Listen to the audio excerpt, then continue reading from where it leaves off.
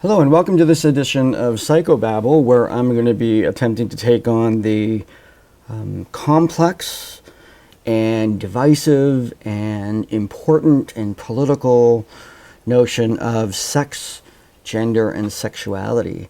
I want you to keep in mind that this is a video that I'm making for my sociology class, so I'm going to be really delving into this from the perspective of sociology. So let's take a look at some of the material that I prepared to get some of our definitions out there in terms of the perspective of these three issues from the world and science of sociology. So first and foremost, we'll see that sex is defined simply by biology.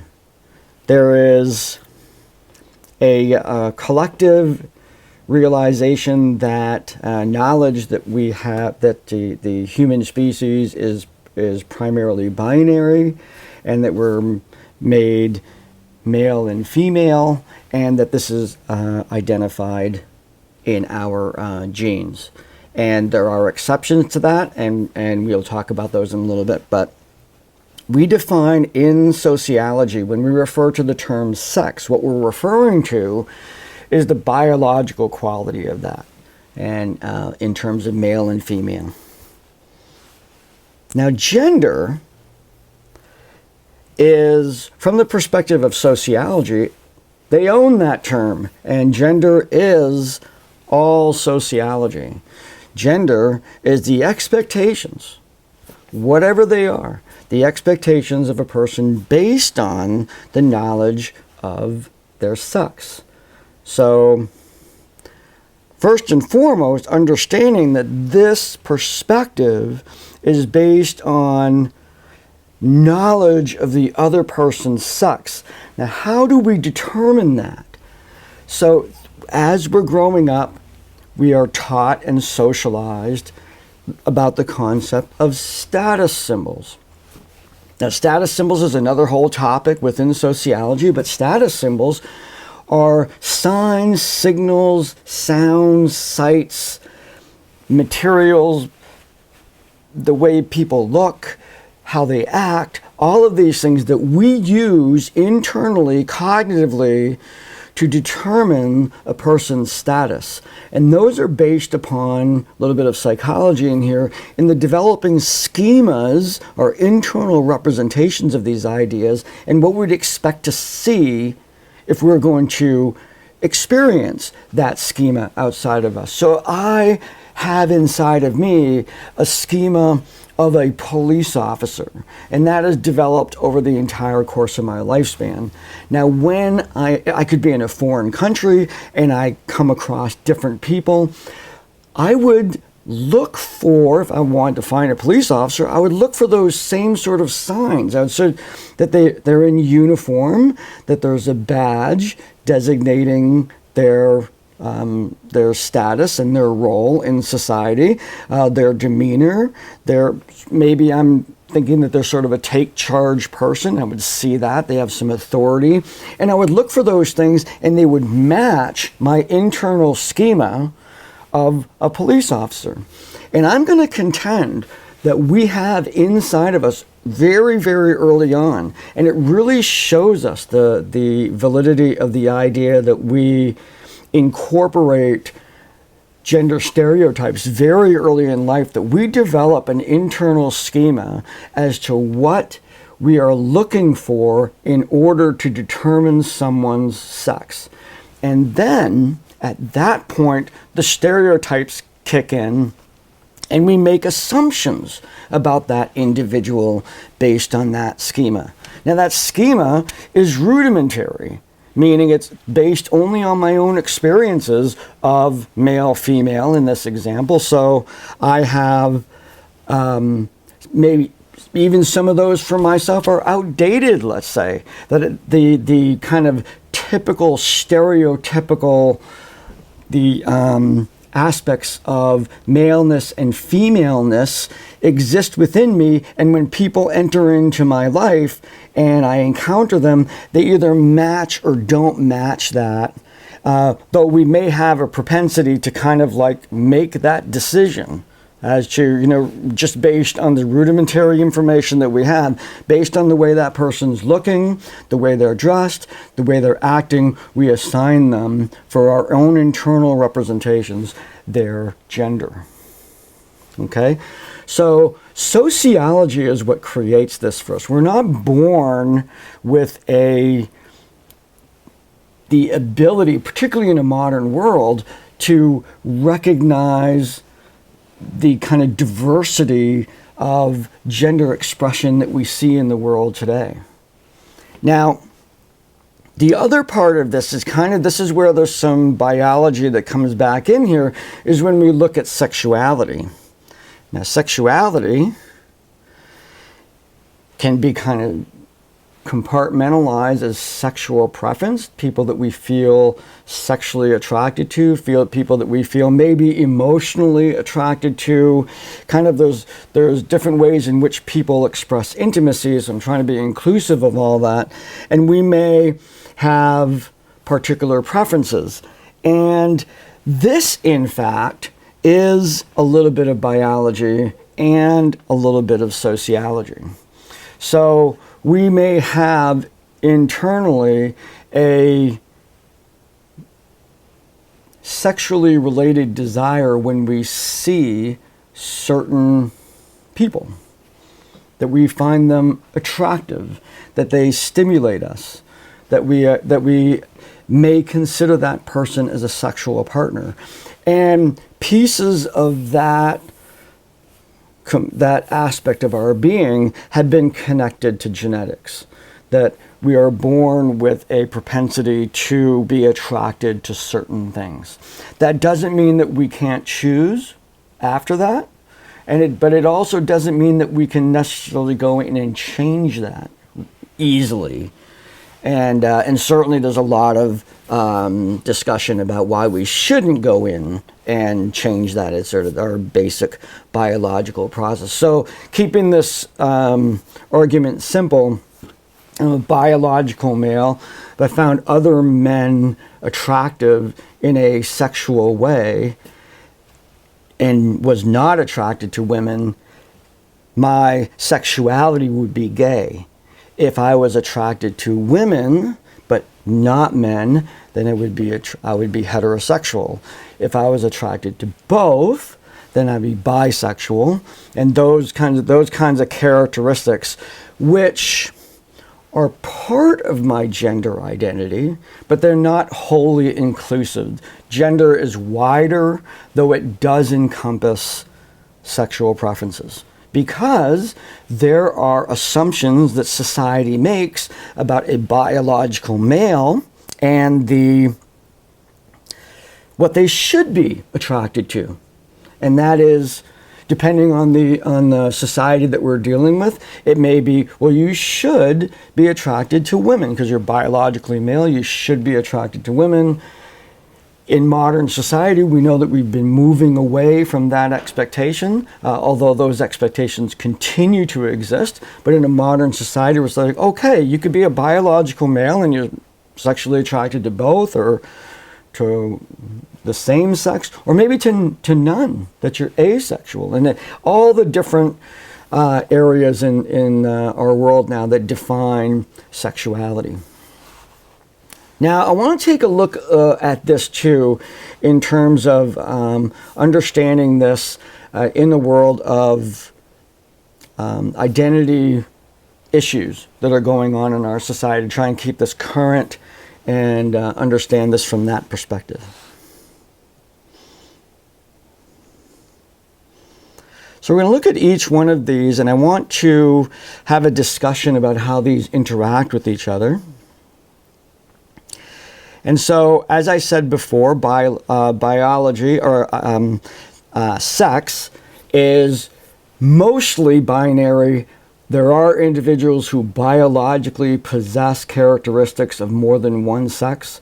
They're extremely rare, so the vast majority of humanity can be categorized in either male or female. And so that And from a medical, biological treatment kind of world, and I mean treatment, medical treatment, it's important for us to understand that. When I go to my doctor, in order for them to be able to figure out what's going on with me, they have to know my sex, because that's some different anatomy. Now, as I had stated before,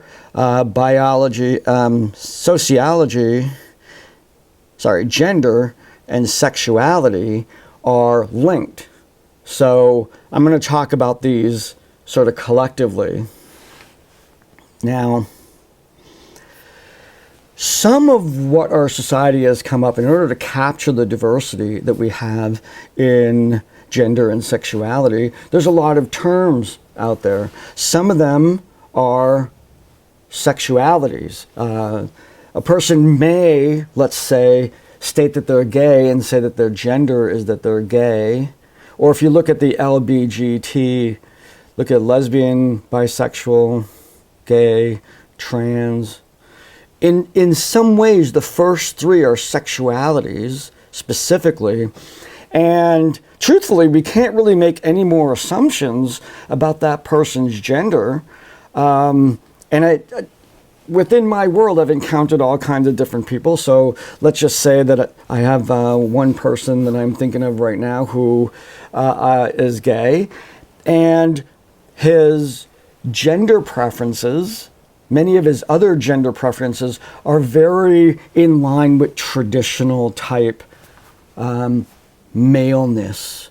Those stereotypes. Construction worker, he's gruff, he's not, he's just a man's man or something like that. And I mean that in a totally sort of flippant, non-descriptive way that it is.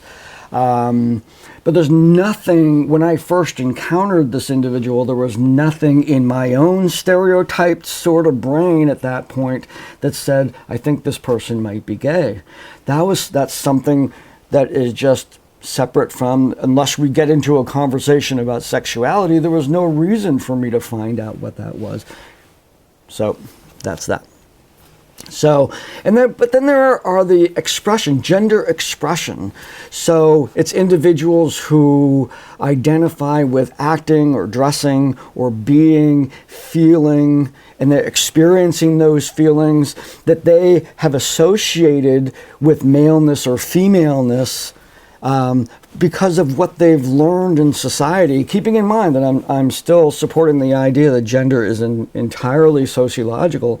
And so when I have a feeling or I'm attracted to a particular kind of behavior or whatever, the sort of relative maleness or femaleness of this, I learned that from society, and therefore I adopt that as an identity. Or it matches up. I have a word to describe what it is. This thing that I am feeling, this desire that I have to act in certain ways or be certain ways, is called male, or it's associated with maleness or femaleness in the society that I grew up with. Now, the challenge, I believe, for many people is when they see those things, when they have all there's feelings, desires, and whatnot that are associated with maleness or femaleness, and those do not match their biological sex, then that can create some confusion. That can create some frustration, it can create problems, for sure. The individual has to contend with the fact that they feel and want and desire those things that are associated with that maleness when they're female, and there they go. That's something that they don't have very many role models for people who have successfully done that. There are more and more every day. But certainly there's that kind of internal conflict that says my body is not matching the things that I feel. And so Keep in mind that those things that you feel are maleness and femaleness because society called them that way. In a way, we can do a thought experiment and think that this could be just arbitrary. Take a whole bunch of human characteristics, just randomly select them and put these over in male and these over in female, and we would basically get the same system that we have now. Albeit that the number of individuals who feel greatly disturbed because a lot of their characteristics are male or female and in opposition to their biological sex, that number of people is small for those number of people, small relative to the other individuals who see a match between that, and it's never been a problem. They're like fish not being aware of the water. I mean, I'm rarely aware of sexuality issues because my cognition and my gender and my sex are the same. Individuals where that's different have to encounter that challenge, that difficulty of being able to come to some sort of resolve with that. Ultimately, what we want to be, I want to go through this a little bit here, that currently right now in our society, individuals are choosing to identify with a gender that is independent of their biological sex. And there's also a desire to have that identification recognized by others around them. So if I identify as a woman, then I want the individuals around me to validate that. I want them to say, I feel this is what I'm doing. I communicate that. This, of course, is somewhat problematic. And to kind of capture that, let's consider that, let's go back to the notion of status symbols, okay? That each one of us, and that highly stereotyped, have internal schemas and representations of maleness and femaleness. So an individual that presents status symbols of their biological sex, yet identifies in a gender that is not in accord to their biological sex, will experience frustration in the world because individuals with those internal schemas will continue to identify them or address them or think of them in terms of the status symbols that they are aware of. Meaning, I see you and you look, everything that I am matches more closely with the internal representation I have of male or female. Regardless of what you say, that internal representation is there. And keep in mind, that's a deeply seated aspect of our cultural upbringing. It's a deeply seated part of our cognition. It is the first draw, let's say, that we would, when we see something, when we see somebody and we make that determination, this kind of process that we go to of status creating whenever we meet somebody. It's a very, very fast process. And so the frustration for individuals with where their sex doesn't match their gender identity is a continual having to remind people around them, this is how I feel, this is how I would like to be addressed, in the proper use of pronouns and whatnot.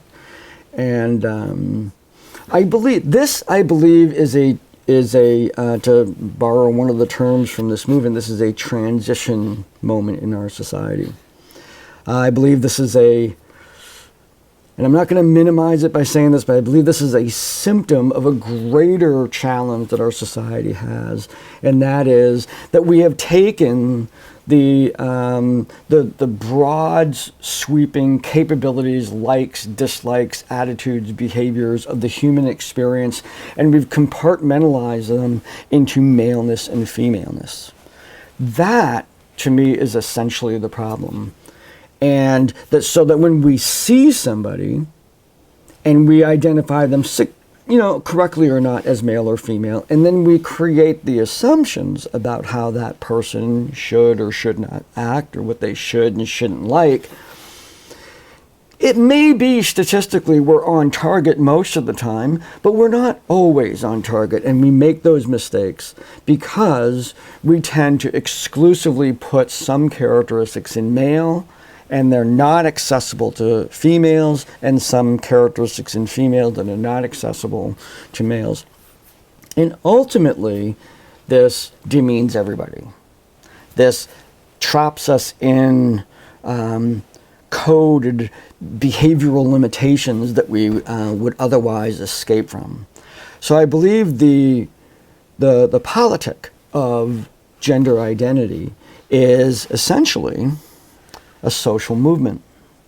Now, social movements are the activities of individuals. It's not fake. It's not making this up just to change society.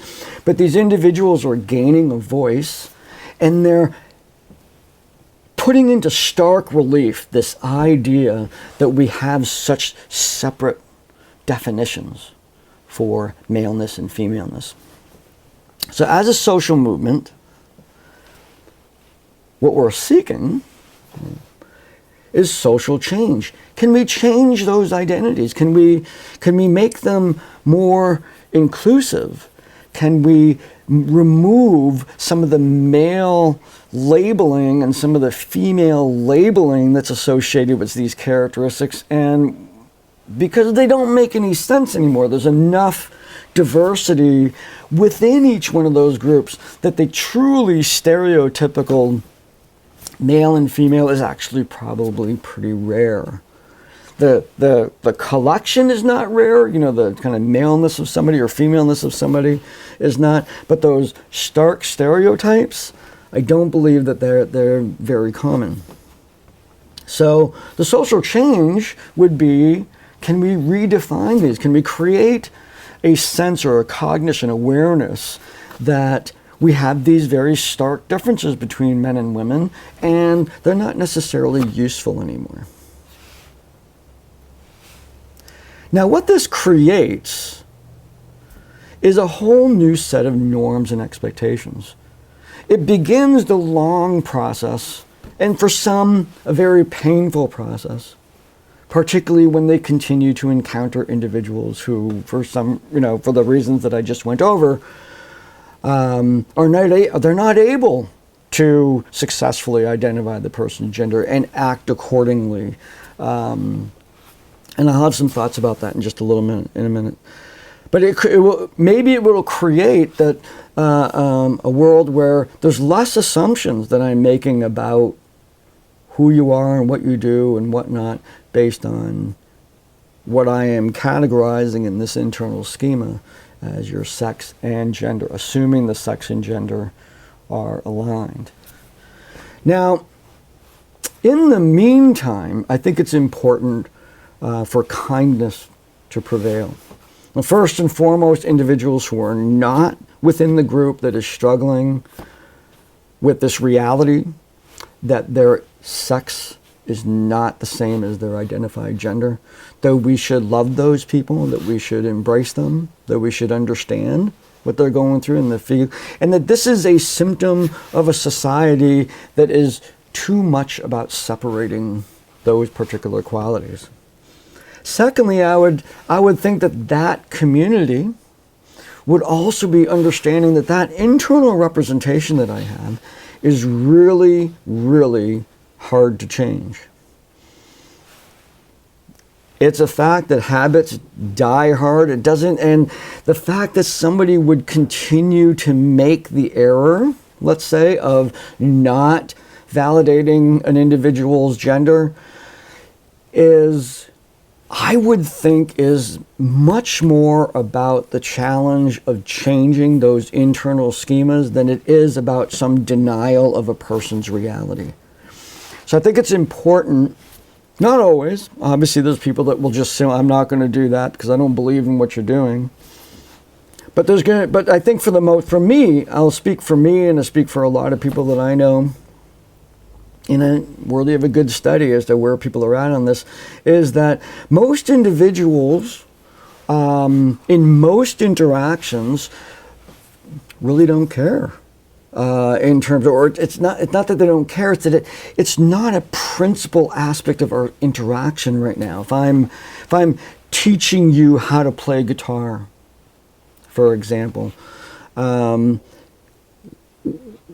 your sex and gender have really nothing to do with that process. So it's, hopefully there would be no assumption that I would make about your ability or the strength of your hands, or any one of those things based on that.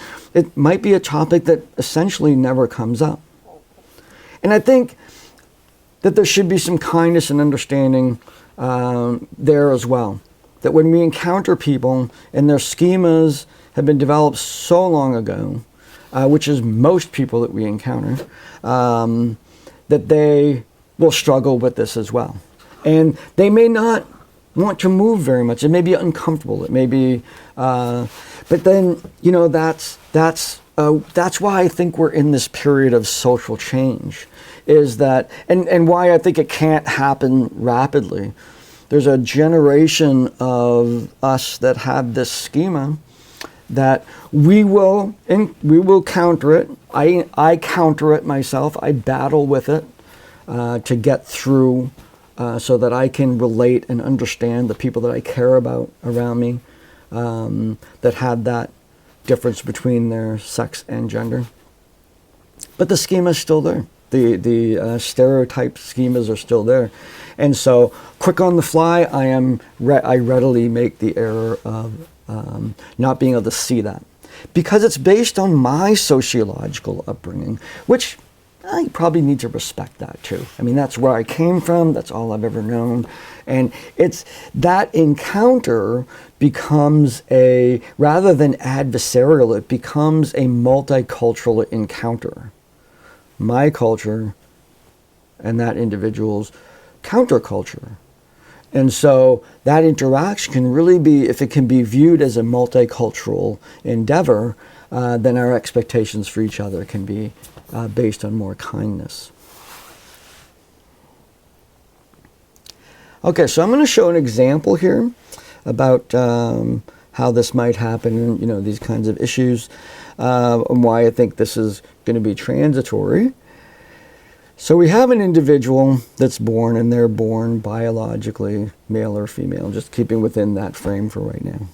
At the same time, we also have categories of female and male as defined by the culture in which that person is born.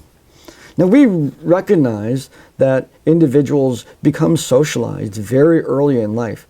That look at the colors of the icons that I grabbed off the web here, and the female one is pink, and the male one is blue. Right there, you see this. It's already there.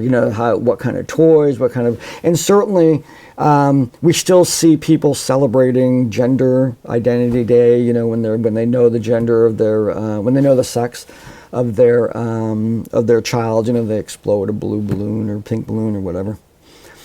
So, but later in life, so I contend that early in life, it's important to go with. Now, this is my opinion. To go with the biological sex. And whatever your society, whatever your culture feels is appropriate for that. And right now that's different. When I was a kid, I wouldn't be able to play with dolls, or I wouldn't be able to, play house the way my neighbor did, Lynn, who was next door, and she played that way. I had to play in different ways. At that point, I don't remember desiring that. I remember desiring a girlfriend for my G.I. Joe, and I wanted a Barbie and never got one. That's a whole other story.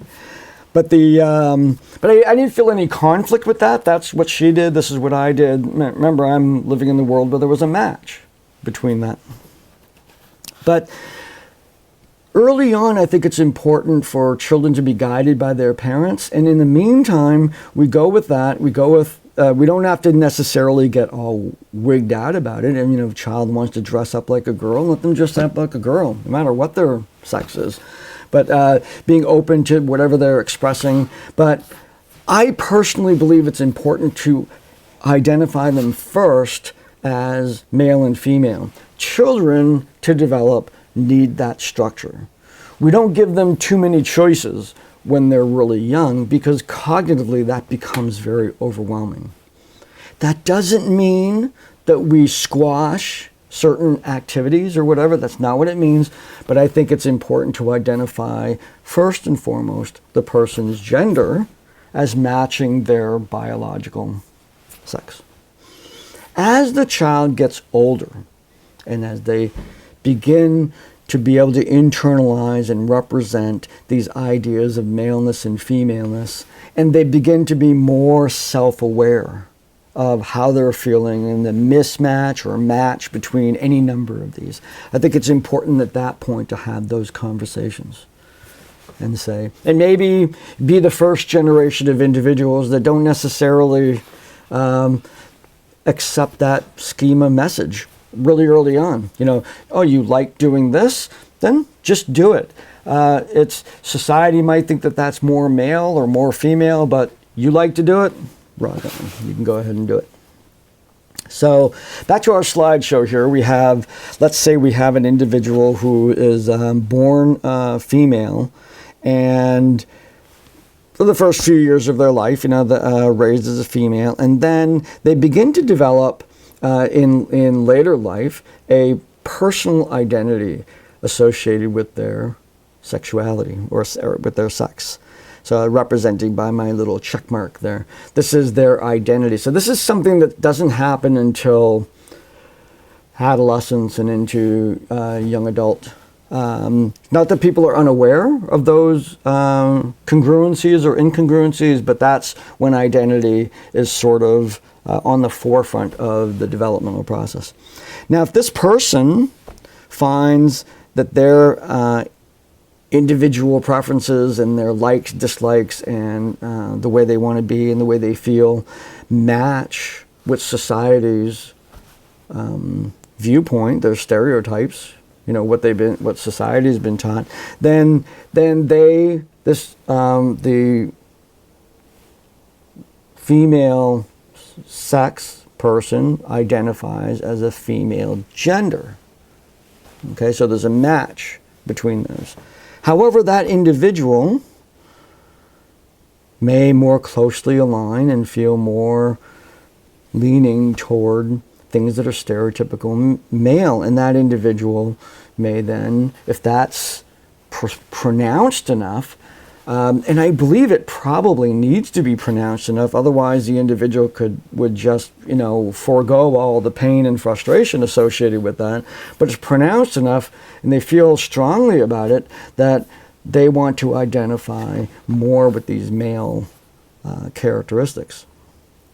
Either way, what they're identifying with, and this is really kind of the challenge for me, when I choose either to validate or otherwise a match between my sex and my gender, or a mismatch between my sex and my gender, what I'm doing is I'm relying on those social stereotypes.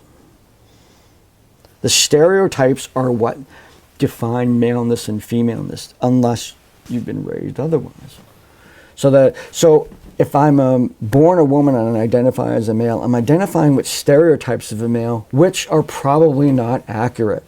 They don't represent all maleness. And particularly in our view of the future, where we would want individuals to be much more free in terms, you know, we would have less of those labels associated with activities of the human experience being male or female, that what would it matter whether it's male or female? So it may be, and my hope is for mental health reasons as well as societal endgame sort of stuff, is that we would, if we didn't have these strict stereotypes about maleness and femaleness, then there would be no need to necessarily feel that I need to identify into this, because I simply am.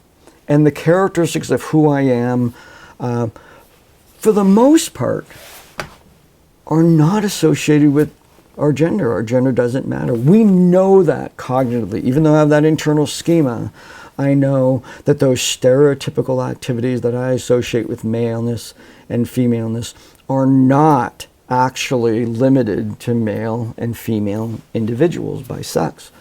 So understanding that and having society move in that direction so that there's less dichotomy, less binariness, is probably going to be a good place, and the need to have that internal representation of having that mismatch between my sex and my gender would become relatively meaningless. So it's not that it's meaningless now. We are in a point of transition. I believe society is getting their heads wrapped around this, and the courageous individuals that are leading this fight are getting the brunt of this. And so I think it behooves all of us to have a more caring understanding for each other's perspectives, for our internal schemas, and when we encounter people who are different than us, whether it's in gender or culture or language or religion or any one of those things, we should approach them the same way, and that's with a loving kindness, accepting of who they are, and I think that's the highest and universal value that we can attain. I hope this has been a good topic for you to consider. I hope that you leave some comments, and I hope that you subscribe. So have a great day.